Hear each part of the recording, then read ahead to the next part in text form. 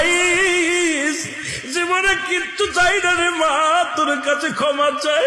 জীবনে যে ভুল করেছে এই ভুলের খেসারত আমি দিতে পারবো না মা, তোরে হারাইয়া ফেলেছি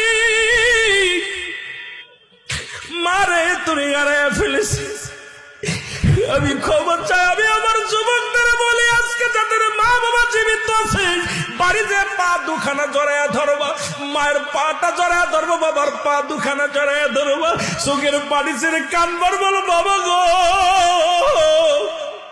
বড্ড ভুল করে ফেলেছি, আমারে তুমি ক্ষমা করে দাও। মায়ের পা ধরে কানবা, মা গো আমার মাফ করে দাও।